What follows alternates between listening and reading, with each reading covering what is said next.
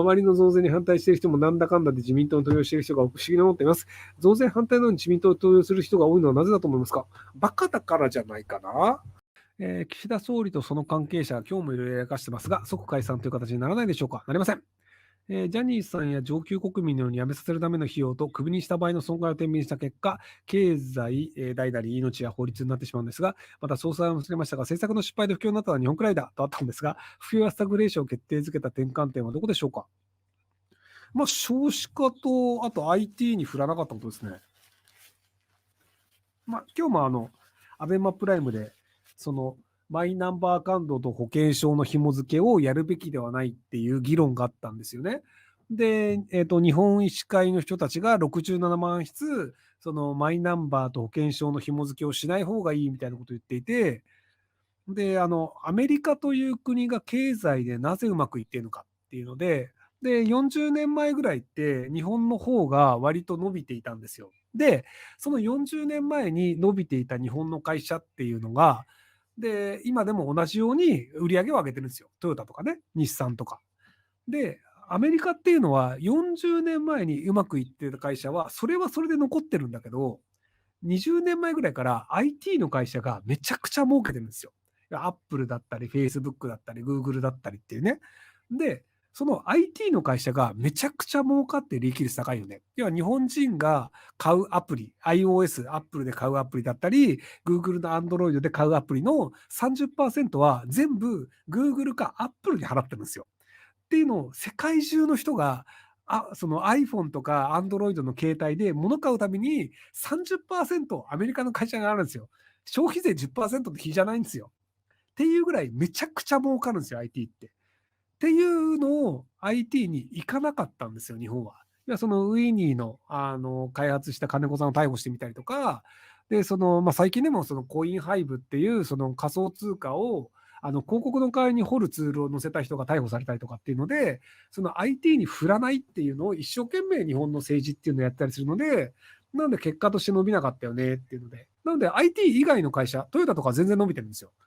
今でも前回株価4%ぐらい下がってすぐ戻ったんですけど、なので昔ながらの会社はちゃんとやってますと。で、三菱商事とかも利益を上げてますと。ただ、IT で他の国がうまくいった部分を日本は乗っからなかったので、結果として日本の経済規模というのは世界の中ではどんどん小さくなってるって話です。で、ただ僕は岸田総理の息子さんが階段で写真撮ったのか、マジどうでもいいと思ってるんですよね。だって階段って土足で登る階段じゃないですか。土足で登る階段寝っ転がるとか、別に服汚れるだけで超どうでもいいと思うんですよね。いや、土足で入っちゃいけないところを土足で入りました。これまずいんですよ。だから例えば相撲の土俵とかを靴で入りましたとかは、いや、それはしきたりもあるし、ルールもあるから良くないのなんだけど、靴で歩くところを寝っ転がりました。どうでもよくねって。で、ただそれが、あの、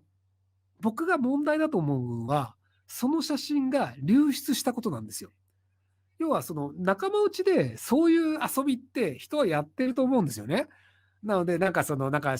ゃあ総理大臣室とかに入って、椅子座って、イエーイとかって言って、仲間内で写真撮るとか、多分みんなやるんですよ。で、別にそれどうでもいいんですよ。問題は、それが流出してしまうようなコントロールができてないという人が、その中にいるということなんですよ。要は例えばじゃあそれが、これ流出させたらまずいよねって思うような価値観の人で、階段にいて写真撮ったら、何の問題もなかったんですよ。要はこれをやっちゃいけないよねっていう価値観のコントロールができてないやつが身内にいるということは、例えば政府の中で、この情報は流しちゃまずいよねっていう話をしたときに、それが漏れてしまうとか、フジテレビのアナウンサーとコンパをして情報を流してしまうとか、その情報統制という基準ができてないというところが問題であって、その土足の階段寝っ転がるはマジどうでもいいと思うんですよね。なのでそこの攻めるべき部分とちゃんと守らなきゃいけない部分というのが、基準がずれてるなっていうふうに僕は思ってるんですけど。なので、全然ゴロゴロ、階段でゴロゴロしていいんですけど、その写真が流出してしまうような、情報の扱い方っていうのが良くないっていう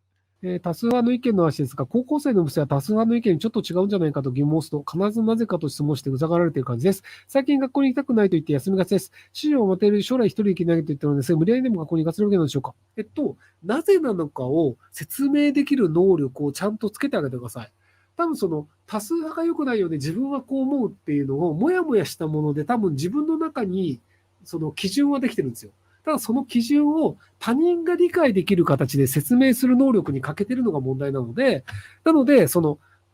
親子で話しながら、じゃあどういうふうに説明するのそれだと分かりづらいから、こういうふうに説明したらっていうので、説明能力を高めるっていうのをやると、割と頭の良い子になると思います。配信嬉しいです。で、自分は20代の男です。増税賛成なので、選挙では自民党に入れるのですが、周りの増税に反対している人もなんだかんだで自民党に投票している人が不思議に思っています。増税反対なのに自民党に投票する人が多いのはなぜだと思いますか？バカだからじゃないかな。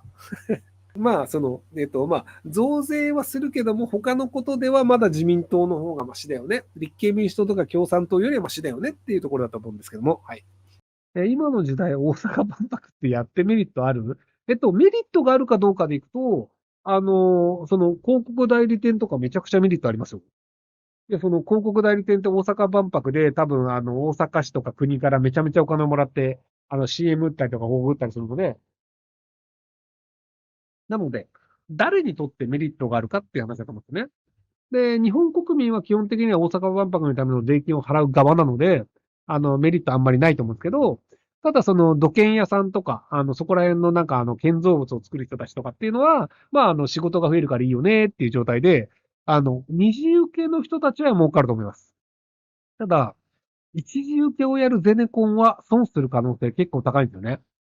要は建造物を作る契約っていうのって、じゃあ5000万円でこういう建造物を作ってください。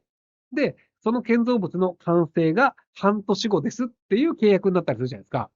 で、日本円って今1ドル130円だったり140円だったりとかで、10%動くとかって当たり前なんですよね。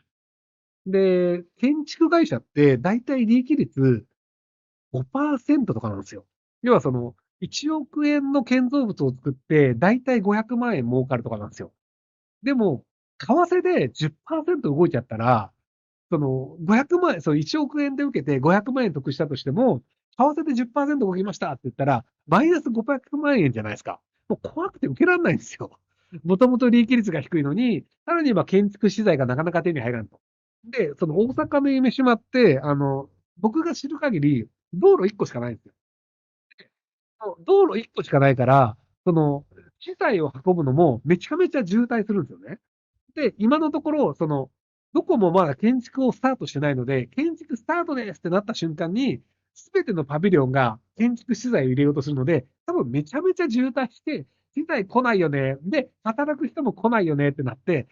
確実に納期が伸びるんですよ。でも納期が伸びたとしても、もともとこれ1億円とか5000万円で作るって契約したんだから、いくら納期が伸びたとしても、それはあなたもリスクでしょってなっちゃうんですよ。でも、資材が入る道が少ないとかで、人が働けない、人も行けないとなると、それは納期伸びるじゃないですか。で、さらなる資材の為替リスクもありますとなると、もう怖いから、そんなの受けられないよってなっちゃうんですよ。で、2時、3時で働く人は、日給で受けるから、納期伸びてくれた方が全然儲かるよねってなるし、で、働く人も少ないから、じゃあ俺1万円じゃなくて、1万5千円だったらやるけど、1万円だったらこの仕事やんねえよっていうので、割とその労働者の給料も上がっちゃう可能性があるんですよね。っていうのを考えると、いや、一時受けるとこないっしょっていうのと、あとそもそも論、パビリオン建てたいって言ってる国がないっていうのでいくと、やっぱ失敗の確率高いんじゃないかなと思うんですよね。なので、やりたいならやればいいと思うけど、失敗すると思いますよっていう。で、オリンピックも3兆円なくなったみたいですけど、なので失敗するというのが分かって、突き進むというのを止めるというのも、ある種勇気と覚悟なんじゃないかなと思いますけどね。